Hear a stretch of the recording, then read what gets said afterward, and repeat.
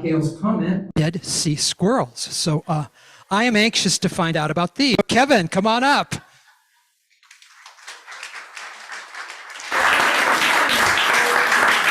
Good morning.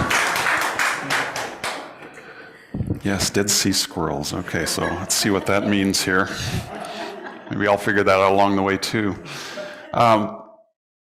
So this morning, actually, I got Kristen to come with me, and she always likes to sit in the back. So in case I'm going too long or in the wrong direction, she can give me the. It's called a team. Exactly. She and Martha used to be the team back there. We just got Martha online now. So there was an article in National Geographic recently about the continued scientific work that's going on around the Dead Sea Scrolls. And they're doing things like using radiography to check the inks that were used on the various scrolls, and that they could tell where the scrolls came from, where they were written, and so forth. And so if you remember the story, the Dead Sea Scrolls were found in these remote caves out in the region of the Dead Sea in the desert some 70 miles from Jerusalem in 1947. And there were these Bedouin shepherds that were out looking for lost goats, and they stumbled upon these caves, and in the caves were these clay pots. And when they opened the pots, they found these scrolls inside. And it was the perfect way to preserve something that either they knew that or they didn't, but regardless, they found a number of caves that had all of these different scrolls in them. So the current theories about the origins of the scrolls include that they were evacuated from the temple in Jerusalem in 70 AD, before the Roman army came and destroyed the temple. They knew the army was on the way, and so they took all of the valuables that they could out of the temple and hid them.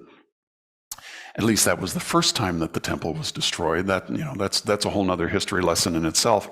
And even though the Dead Sea Scrolls only contained Old Testament texts, since there wasn't a New Testament at the time, the New Testament was still mostly oral tradition and hadn't been written down yet. And just to test your memory on this, when was the New Testament actually codified?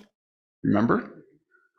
325 AD, right, at the Council of Nicaea in Rome, where all of the church nobles at the time, or all of the Roman nobles at the time, got together and voted on which texts would be included in the gospel. And so that term, the canon, is the measure. And you got Matthew, Mark, Luke, and John out of that, and a whole bunch of extra canonical gospels that didn't make it in at the time. But the way that the New Testament was actually formed was out of a vote. A bunch of old guys voting, exactly. Yeah. So no wonder the Gospels don't agree. Anyway, so even though just the Old Testament texts are included, I find this to be a really fascinating look at the history of the time that Jesus lived in, to give us a sense for that. But I have a story about this that I want to share with you, because it's been the subject of interest for me for a long time. I've done reading over the years and attended things, and many years ago, back probably about 1994 or thereabouts, Ethel, I was going to a program at Unity in St. Louis on the Dead Sea Scrolls, and my daughter was very young at the time; she was 4 or 5. And so when I was leaving the house, she said, "Dad, where are you going?" I said, "I'm going to go see a program on the Dead Sea Scrolls." And she said, "Why would you go see Dead Sea Squirrels?"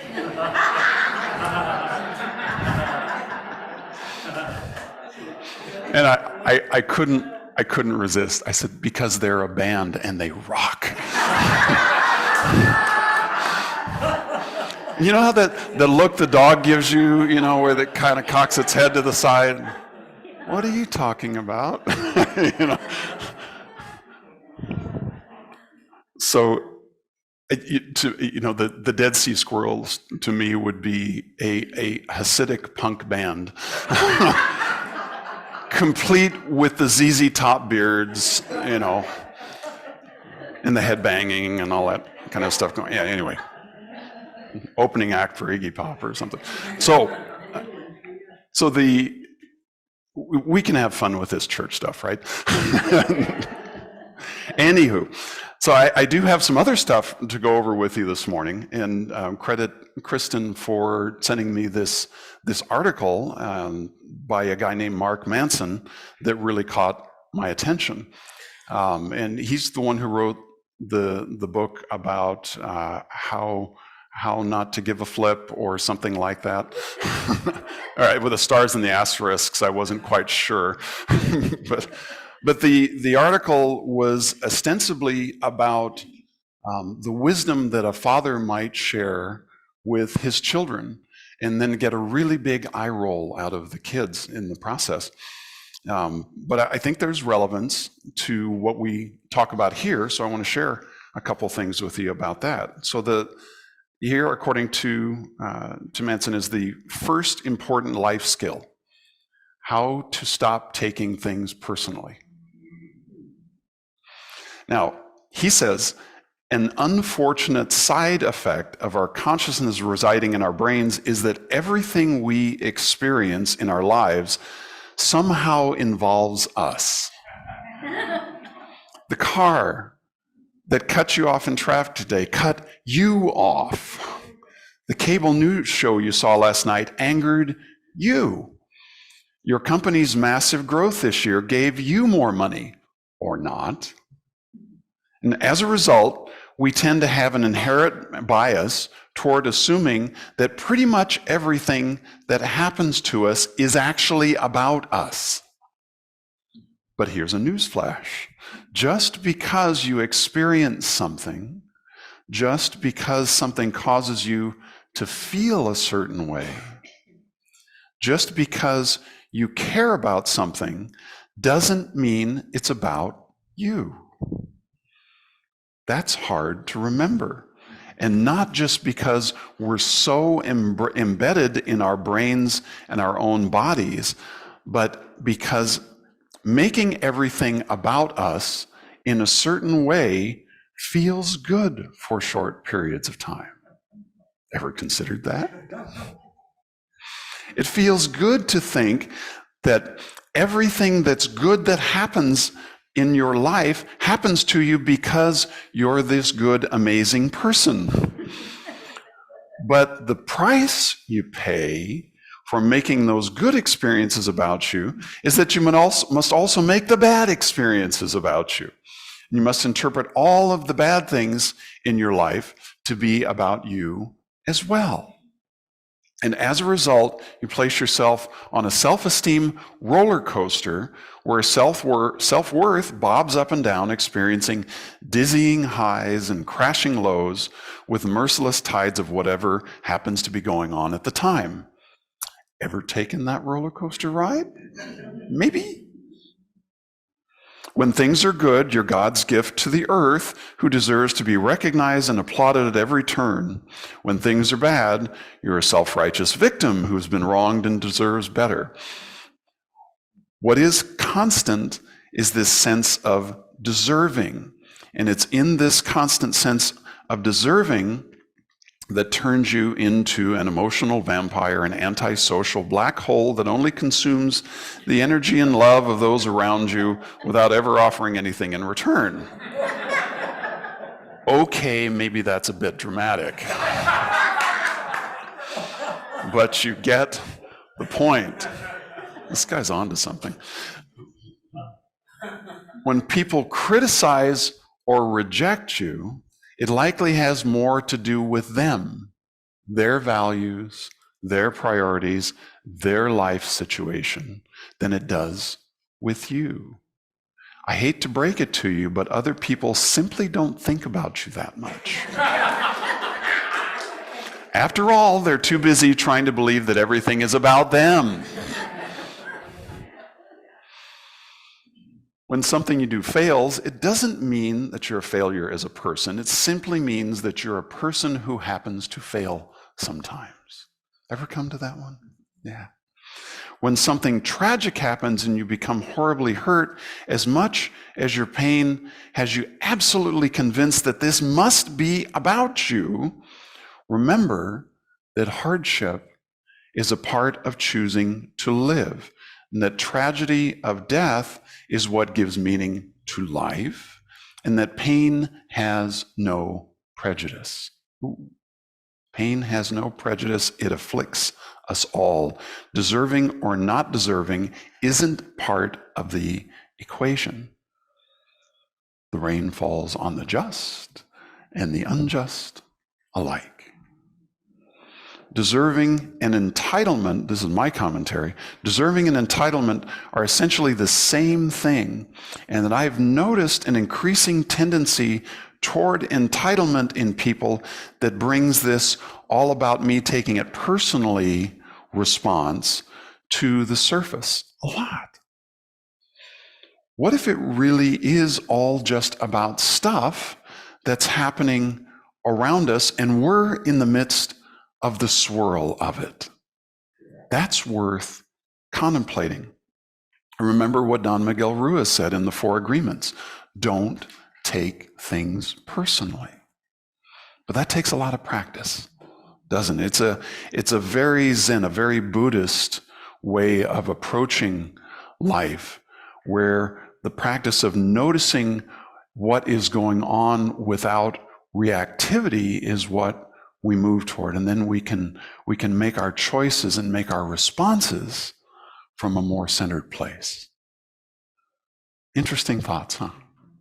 Okay, back to Manson. Second important life skill, how to be persuaded and change your mind. Most people, when their beliefs are challenged, hold on to them as though they're a life vest on a sinking ship. The problem is that oftentimes their beliefs are the sinking ship. For most of us, most of the time, our beliefs are not simply ideas that we hold to be true, but they make up key components of our identity, of who we are. And to question those beliefs means to fundamentally question who we are as a person, which, in case you didn't know, is really painful. So we'd rather put our fingers in our ears and scream la la la la la la la la la over and over again, never done that, and hope that the unfortunate evidence that we're wrong will magically go away. Take a person who doesn't believe in climate change. A lot of them are not stupid. They understand what the science says. They understand the arguments. The problem is that somewhere along the way, they decided that not only was climate change something they believed was fake, but that climate change denial also represented who they were as a person. And once they enter that territory, you're almost never going to fish them out. When something becomes part of identity, good luck changing it, right? But this attachment to our beliefs doesn't just afflict science and politics. I've seen it affect most people's daily lives as well. Take dating. I've seen men who still held on to beliefs about themselves that they formed in high school, that women aren't interested in nerds, that they need to have a bunch of money or a sweet car to be loved.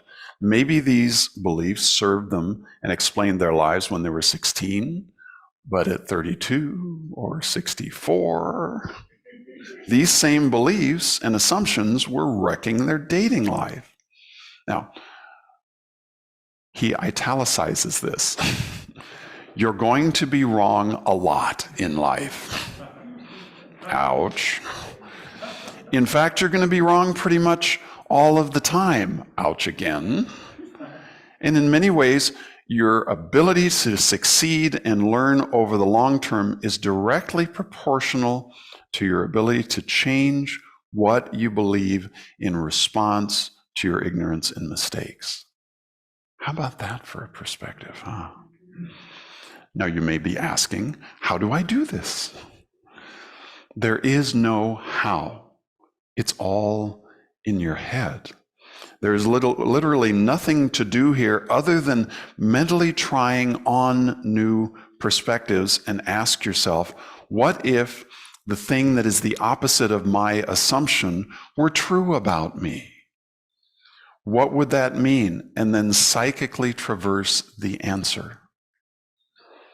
That will be scary at first. Your brain will resist it. But of course, that's where the practice of the skill comes in. Try this. Write down 20 things in your life today that you could be potentially wrong about. And again, I don't just mean material stuff. I'm sure that my understanding of physics is sorely lacking in many ways, but that's not the most important thing I need to change about myself. What we're going for here is to question some of those deep assumptions about our identities. That I'm not an attractive person, or I'm lazy, or I don't know how to talk to people, or I won't ever be happy because I feel stuck in my life, on and on and on, or I think the world is going to end on Tuesday. The more emotionally charged the assumption, the more important it is to write it down and challenge it. Now, notice here that the discussion is about primarily negative assumptions that you have. You have to be willing to bring those to the surface and look at them. Then, after you've got 20, go down and write what it would mean in your life if that was wrong. What would it mean if all of those negative assumptions were wrong? How would that change your life? This will feel scary at first. A lot of your assumptions you won't want to question. But think of it this way. How confident can you be in your own beliefs if you've never challenged them? If you've never seen the other side? What we want to develop here is the ability to see the other side. In those few occasions when it does appear more likely and more valid, hop over to the other side. So for me, this is a fascinating combination of ideas. Don't take things personally and question your beliefs and assumptions. When you think about it, every advance for us individually and collectively comes when we do that. Now, Galileo questioned the concept that the earth was at the center of creation and that it wasn't all about him and us and the church as humans, as was commonly accepted at the time. Now, he also had to take the backlash that came about that and not take that personally, and there was a lot of backlash that came. But he looked at reality, questioned what was assumed, and came up with a new way of seeing. Look how that advanced our way of seeing our world and our universe and who we are as beings. A whole branch of science and knowledge came of that willingness to question a belief system. And we're all better off for it. And we've got space telescopes going off and taking amazing pictures all over the universe and sending them back to us as a result. And it takes courage to do this, to not take it personally and to question our beliefs and our assumptions. A lot of times that's a very fiery undertaking, isn't it? It's not necessarily the easy part of the work. So I want to close by saying thank you. I look forward to hearing your feedback about what I brought today. I thought it was very interesting material, and I hope the Dead Sea Squirrels story sticks with you. So thank you, bless you. Namaste.